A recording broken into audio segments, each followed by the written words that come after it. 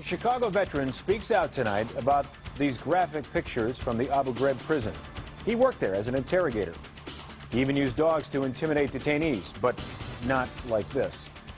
Tony Lagaranis never saw nudity or sexual horseplay, but believes what he did see and what he did was worse because he was following orders.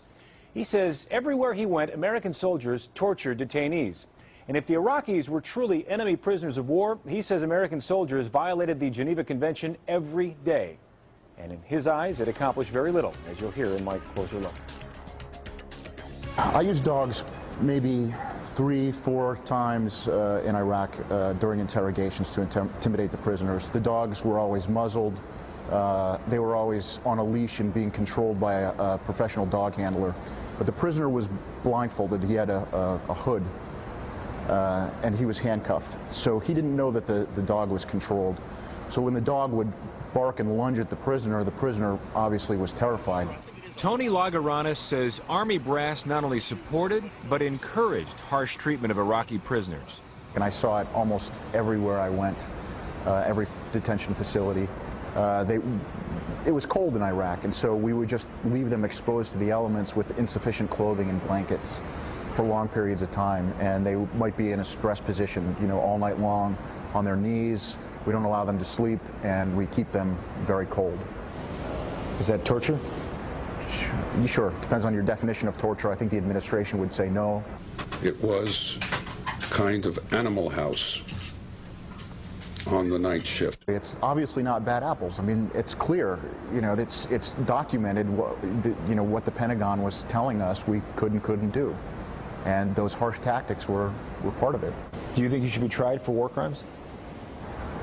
Well, certainly I don't. That's not what I want. No, I don't know. And I don't know if I broke the law or not. I'm not a lawyer. Are you afraid that you did?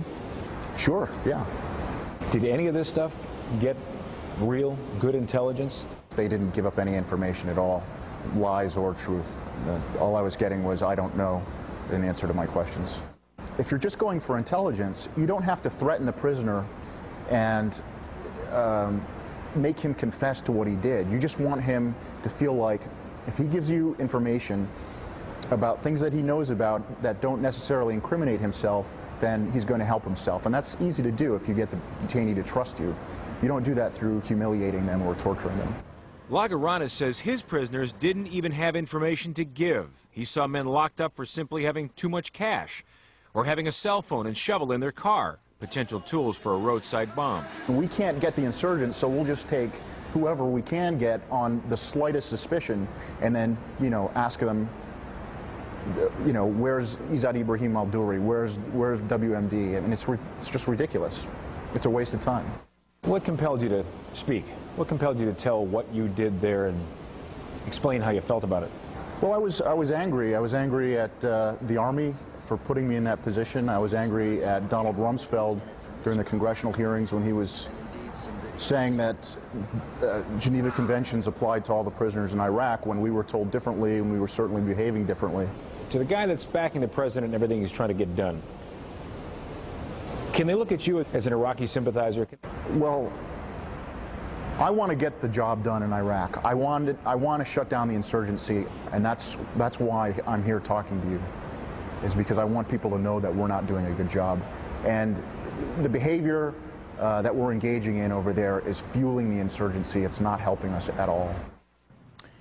The Army says it never instructed soldiers to abuse or torture detainees. A spokesman told us, even looking the other way would be against Army values. But records obtained by major newspapers confirm interrogators were told to use military dogs to provoke fear.